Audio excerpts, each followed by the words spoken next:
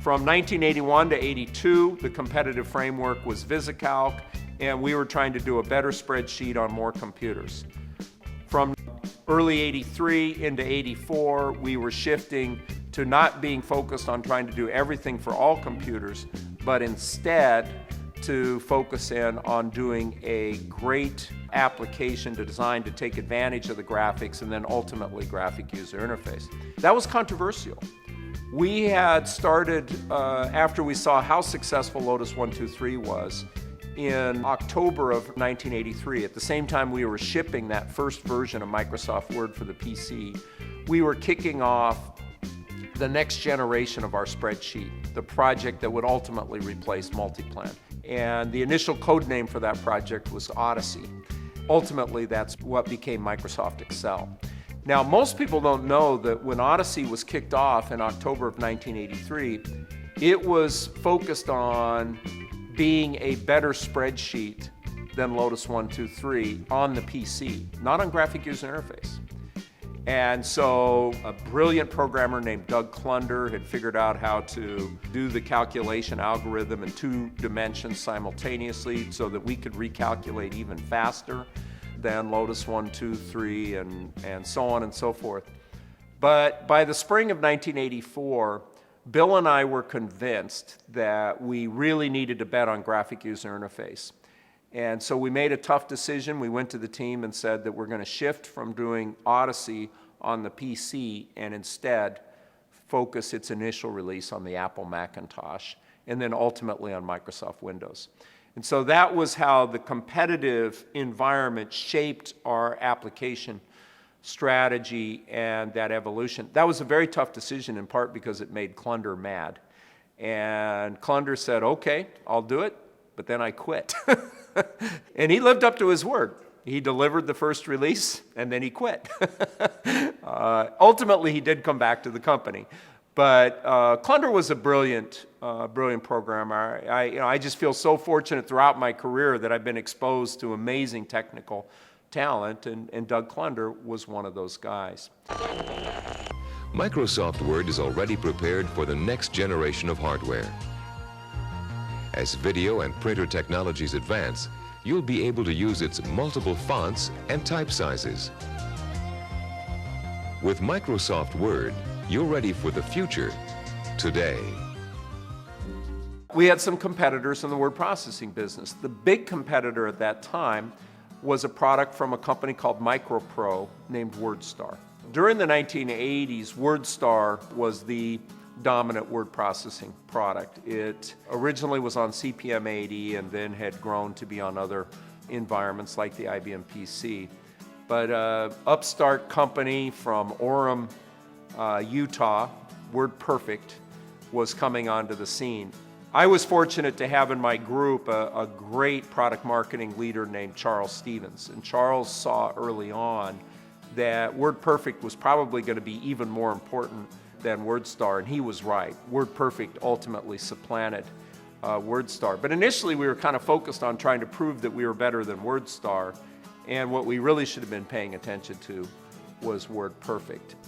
Scott Oakey was leading our international sales organization, and Scott did a great job of helping the sales and marketing side of Microsoft really get focused in on those competitors, and in particular trying to win against Word Perfect. That then ultimately really shaped the competitive landscape, because if you look back to what happened in the 1990s, it was Microsoft Office competing with the Lotus equivalent, which was called Smart Suite. And then Word Perfect tried to merge with Lotus, and then that fell apart. And ultimately, Corel bought the Word Perfect suite, so to speak, which was based on some products from Philippe Kahn's company, Borland. So if you want to go back to the heritage of the competition or the legacy of the competition in Office applications, it really was Microsoft, Lotus, and then Word Perfect. And ultimately, we all transformed to having an Office suite. It's just that Microsoft chose to be the leader in doing the Office suite and the leader in graphical user interface applications, and that gave us a competitive advantage that ultimately caused us to succeed quite successfully against the Lotus competition and the WordPerfect or Corel competition. In 1987, I had an idea for a presentation product. We were working on one internally, led by Trish May, working for Pete Higgins. But I met some old Apple computer colleagues, and I went down to see them, a company called Forethought. I thought, wow, this is really cool, software to do overheads. I was a product marketing guy. I did a lot of overhead presentations. I thought, software to do overheads, that's a great idea. I came back to see Bill. I said, Bill, I think we really had to do this. And Bill said, no. That's just a feature of Microsoft Word. You just put it into Word. And it's sort of was an early example of an ongoing debate that I have with Bill. Bill always felt like we had too many modules and we needed more integration, and I always felt like we needed to have things that were heavily tuned to how people did information work. And I kept saying, Bill, no, it's not just a feature of Microsoft Word. It's a whole genre of how people do these presentations. And to his credit, he listened to me and ultimately allowed me to go forward and spend, I think it was $15 or $17 million of the company's money to buy this company in Silicon Valley called Forethought for the product known as PowerPoint. And that acquisition took place in 1987. By 1990, it looked like it wasn't a very smart idea because not very many people were using PowerPoint. And of course, today we know that PowerPoint is oftentimes the number 2, or in some cases even the number 1 most used tool.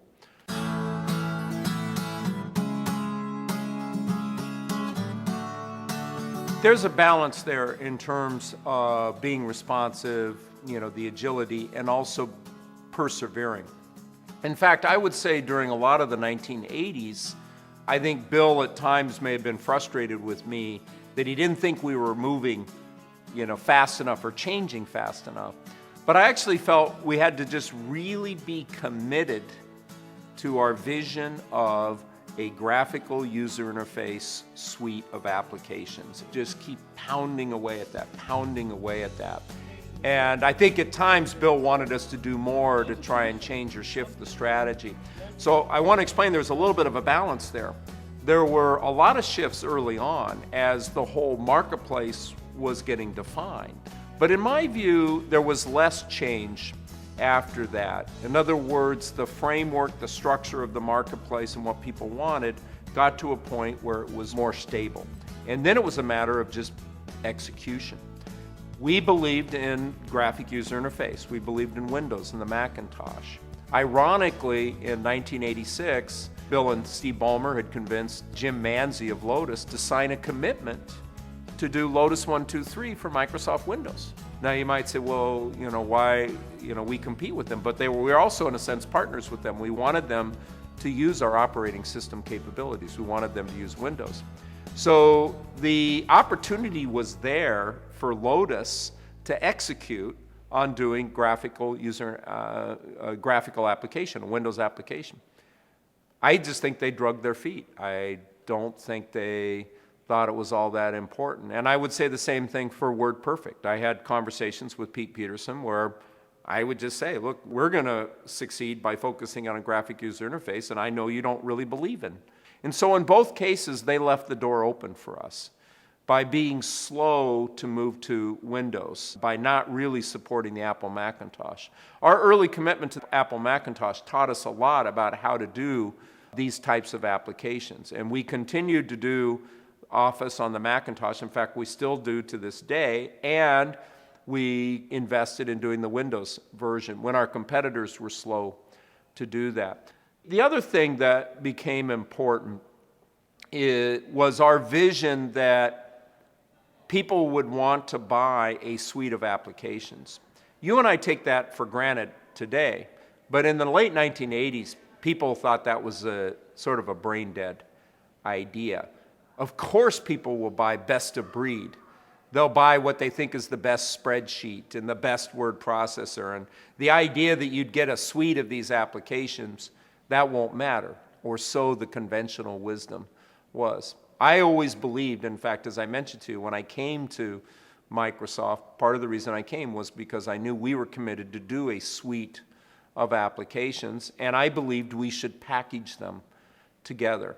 And so in the late 1980s, first with the Macintosh, I believe in 1988, and then with Windows in 1990, we put together the Office suite of applications. And really at that point in time, it was just a bundle of standalone applications, but ultimately, of course, we got better and better and better at bringing the products together. So if you take those three elements, the commitment to graphic user interface, the commitment to a suite, the commitment to invest in new areas of information work, that became the foundation that led to the success that we know today as the Office applications business.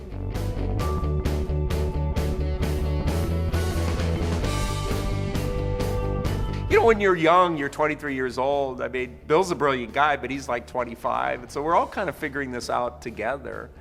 Bill was a great leader. Bill liked to argue. He'd like to push back, but he listens. I admire that about Bill. To this day, I admire that. He's even better at it now. And so here we were all working together for something that we passionately believed in. And I think part of what helped me in those discussions with Bill is that even if he thought I was wrong, he knew that I came from it with the right spirit. My passion for software to do information work, my passion for what is now Microsoft Office. And so I think my commitment to that gave me some credibility that helped me in those discussions. And of course, as I said, he's a terrific leader. Terrific leaders have the courage of their convictions, but they also listen and they also think. And that characterizes the relationship with Bill.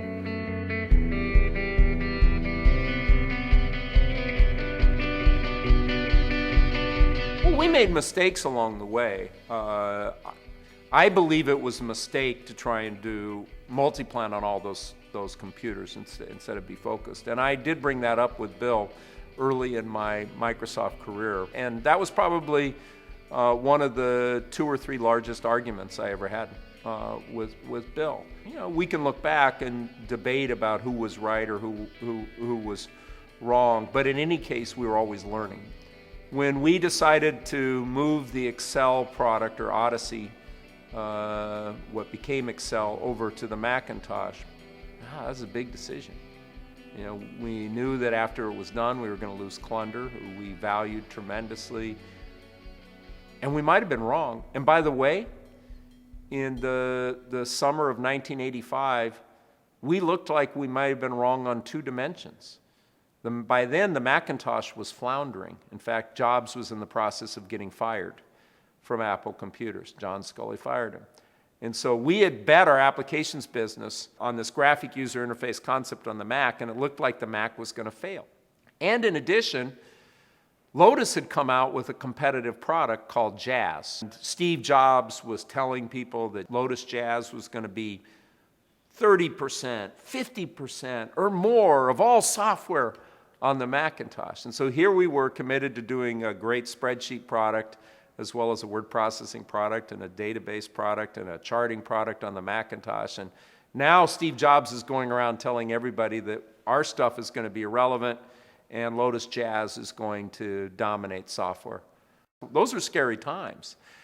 And one of my favorite product stories came out in a publication called InfoWorld later that year, when both Jazz and Excel were in the marketplace.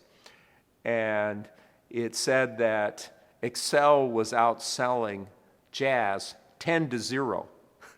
Not even 10-1, 10-0. And there were some jokes in the industry about how there might be more Lotus Jazz returned than there were actual sales.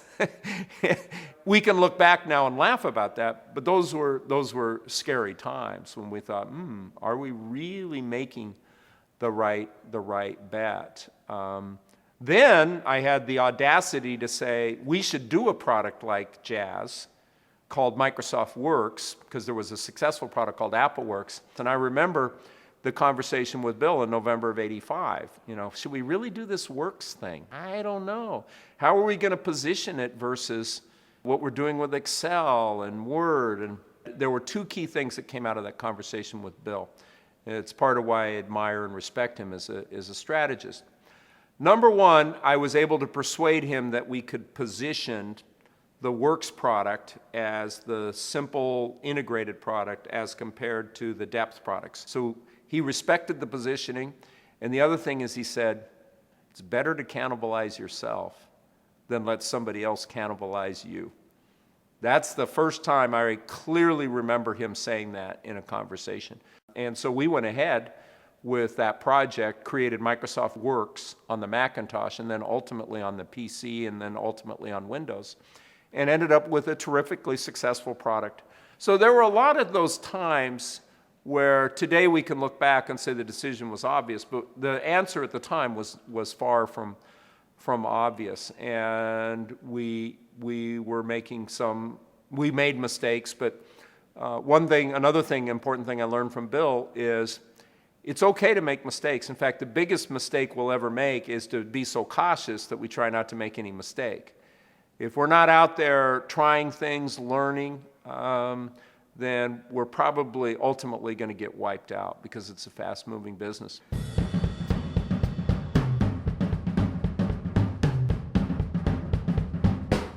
I remember this most clearly by the year 2000, which was when Steve Ballmer was asking me to come back from leading worldwide sales and marketing to the business division.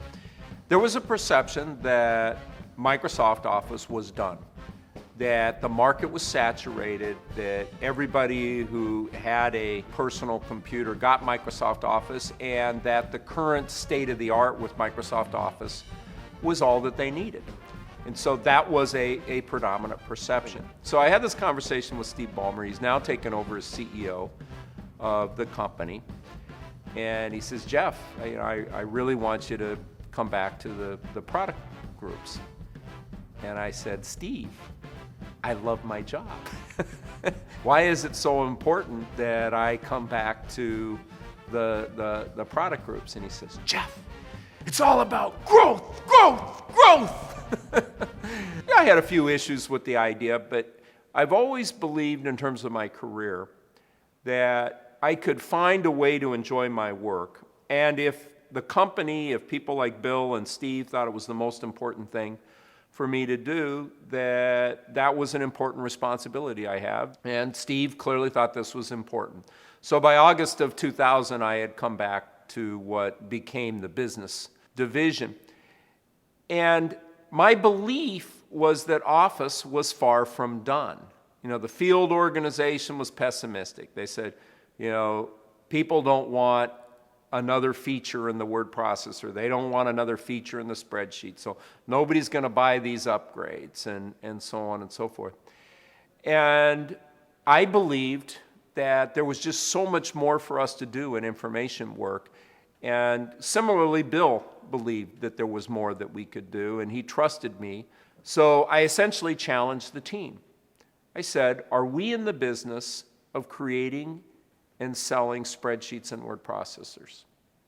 And if that's our business, there's not a lot of growth potential. On the other hand, if we are in the business of using the magic of software to significantly improve how people do information work, well, that's a huge business where we have a very small percentage and plenty of room for growth. So we started projects like InfoPath, which was a forms-based product. And we got into unified communications with Microsoft Office Communicator. And Chris Prattley created a R&D lab approach to try and get us to think about new ways of interaction. Some of those things worked better than others, but it was all part of this idea that we were going to reshape our thinking about information work and use Office as the brand for driving that. I was convinced. I believed that within 10 years, during that decade, we would be able to more than double the Microsoft Office business by making it a broader business and more valuable to customers. And in fact, we more than doubled the business in about 7 years. So we were about 2.5, 3 years ahead of my schedule.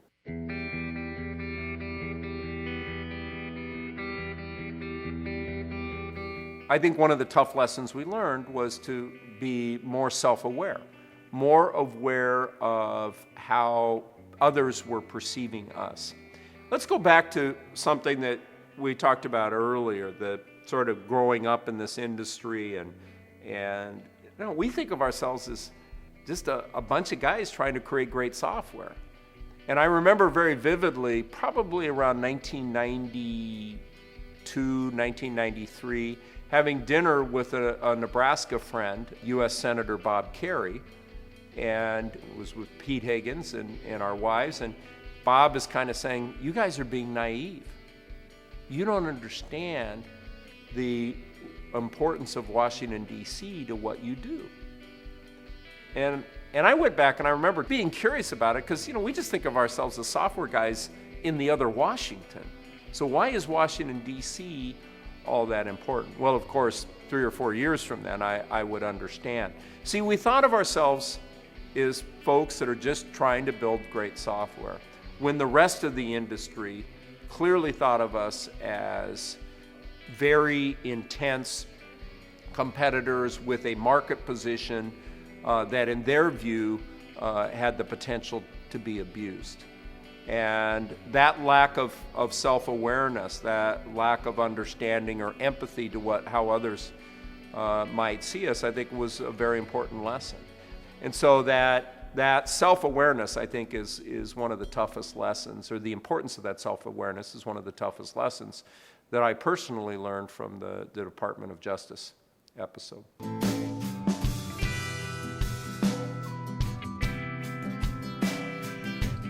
There's something incredibly special about being given the opportunity to help create what is now a big industry. You know, I couldn't have been more lucky in my life. I might have ended up being a bureaucrat at the U.S. Department of Agriculture, but instead I was given the opportunity to help lead the creation of Microsoft Office, and also I would say help lead the creation of Microsoft. Part of my legacy as I look back is not only the products that we worked on, but the people that I hired, the organizations that we built, the capacity that we created to do great software. We learned early on the principles of leverage, and part of leverage in organizations is creating the culture, bringing in the people who can do far more than you can do by yourself. When I joined, the company was about 100 employees, and I was able to know almost everybody, if not everybody, in the company. When I left, the company was 91,000 employees, almost 20, 25 times the size of my hometown. and so there was that, you kind of lose some of that closeness that comes from being a part of that small group who's helping to change the world. But I think there's a lot of opportunity for Microsoft employees today to continue to feel that sense of the magic of software and how it can transform what people can do. And so while we're a much larger company and I miss some of the elements of the smallness, it's just different in some of the characteristics than what I experienced. And that doesn't mean what I experienced is better. In some respects, the platform that they have is even bigger. The breadth of the company is such that the opportunities are even more magnificent than we thought of them in 1981. We never believed that there would be tens of billions of dollar software company. We in fact thought the hardware companies might wipe software companies out. And so we weren't sure that there would ever be $100 million software company. But Microsoft will be the first $100 billion software company. It may take some time, but that'll happen because of the talent and the energy and the passion that people have here for the magic of software.